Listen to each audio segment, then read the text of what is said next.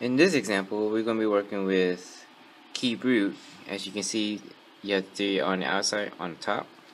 Alright, so we're going to apply with the same process as what we did with the square root, but be mindful we have a number with the a variable and the b variable. So in this example, we actually have 2 variables.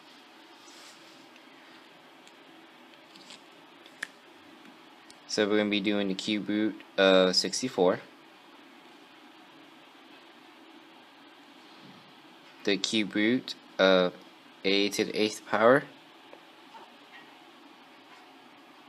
and then the cube root of b to the 7th power. Alright, so let's take a look at the number. Is there a number that times itself 3 times will give you 64? In this case, yes, it's 4. So the cube root of 64 will be a whole number 4. Now, when we're dealing with variables, we take a look at the index. In this case, we have an index of 3. Can 3 go into 8 as a whole number? In this case, it cannot. So, if we were to think about it, how many times does 3 can go into 8? So, if we look at this, I have 8 fingers. If I decide to take 1 away, I have 7. Can 3 go into 7 as a whole number? Not quite. So instead of taking 1 away, what happens if I take 2 away? So I have 6.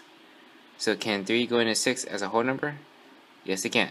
So I'm going to split the a into 2 a's. Alright, so since I took 2 away, what I have left is 6. So 3 can go into 6, while 3 cannot go into 2. So this is okay. And since I'm going to split it, I'm going to just write as the cube root of a to the 6th power and the cube root of a to the 2nd power. Now, let's check with the b's. So we have b to the 7th power. Can 3 go into 7? Not quite. So if I have 7 fingers, if we know that 3 cannot go into 7 as a whole number, what happens if I take 1 away? So I have 6 left. 3 can go into 6. So we're going to do the same thing with the b, split into 2 b's.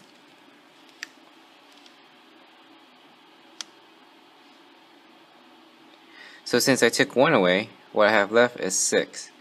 So when I'm doing the cube root of b to the 6th, we know that 3 can go into 6 as a whole number, while this b to the 1 power, 3 cannot go into it. So that's okay. As long as we're able to separate and one of the variables can be simplified when you're doing the cube root. So this one, the 4 stays the same. Now I'm underlining the one that I can simplify, meaning I could do the cube root. So 4 times cube root of a to the 6th power, meaning that 3 can go into 6 2 times, so a squared. 3 cannot go into 2 as a whole number, so it will stay the same.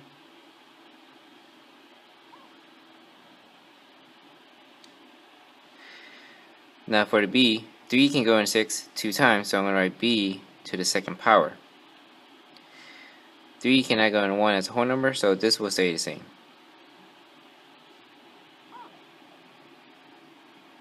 Alright, so the ones that were able to do the cube root will be in the front.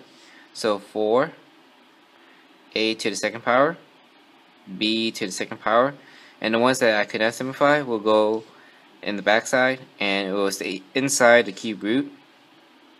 So a squared and b to the 1 power, so I don't have to write that 1 inside the cube root. So this will be my final answer.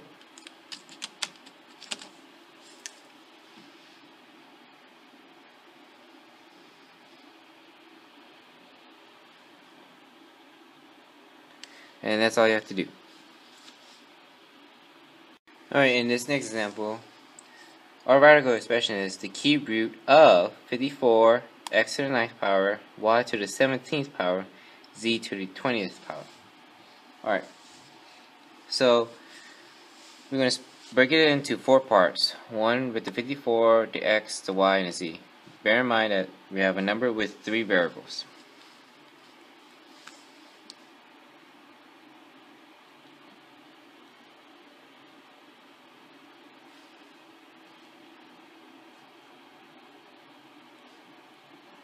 So cube root of 54 times the cube root of x to the 9 times the cube root of x to the 17th power,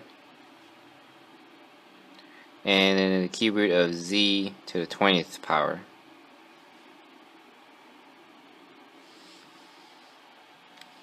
Alright, so let's focus on the number first. Now, is there a number that multiplies itself 3 times that will equal to 54? Not quite. But could we use one of the cube numbers that can go into 54? In this case we can, which is the 27. So what we can do is like the square roots. We could break 54 into two numbers where one of them can be cube root. So in this case we can break 54 into 27 times 2. And then I'm just going to write it right away, the cube root of both numbers. So we can break 54 into two numbers, 27 and 2. So it's the cube root of 27 times the cube root of 2. Alright, now for the x,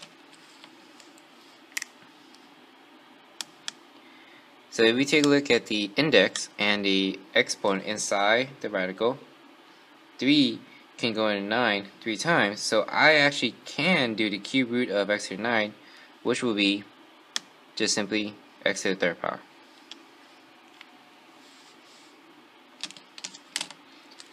Next is y to the 17th power. Can 3 go into 17 as a whole number? Not quite.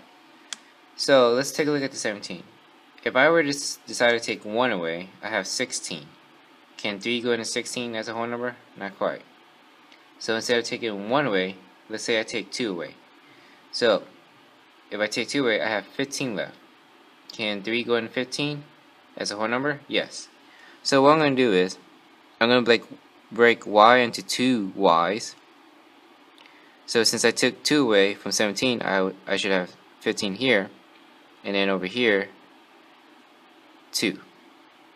And then I'm going to put cube roots on both of them.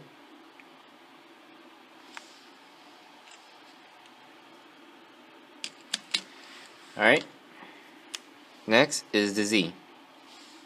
Alright, can 3 go into 20 as a whole number? Not quite. So if I decide to take 1 away, I have 19 left. Can 3 go into 19? Not so much as a whole number. So instead of taking 1 away, if I take 2 away, I have 18 left. Can 3 go into 18 as a whole number? Yes, it can. So I'm going to break the z into 2 z's. So since I took 2 away, I should have 18 here. And then the one I took away, 2 right here. And then I'm going to be doing the cube root of both of them. So here's a work that's broken out into smaller parts. Alright, so let's look at the ones that we can actually do the cube root. So I can do the cube root of 27. I can do the cube root of y to the 15th, and I can do the cube root of z to the 18th. So the cube root of 27 is 3. Now this one I cannot cube root, so it will stay the same. This I just bring it down because we already did the cube root of it. The cube root of y to the 15th, meaning 3 can go into 15 5 times, so I'm going to write y to the 5th power. 3 cannot go into 2 as a whole number, so that one will stay the same.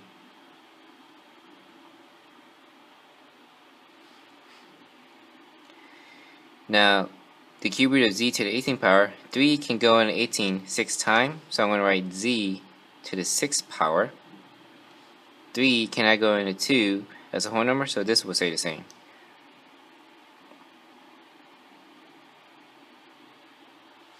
So the ones that I was able to do the cube root, the 3, x to the 3rd, y to the 5th, z to the 6th, will all go be in front, and the ones that I cannot, and this one should have a cube root, the ones that I did not able to cube root would be and the back all together. So I'm going to have 3 x to the third, y to the fifth, z to the sixth power, and then the ones that I could not do the cube root will be back here. So 2y squared and then z squared, all inside the cube root. So this will be my final answer.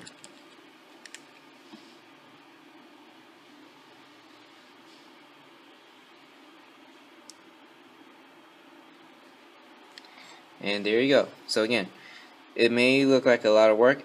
All I did was I broke it into smaller parts because it'll help visually see that each part is easier to work with. So in the beginning, you may not know what to do, so all you have to do is to make your work easier is to break into smaller, easier parts and then just go forward from there.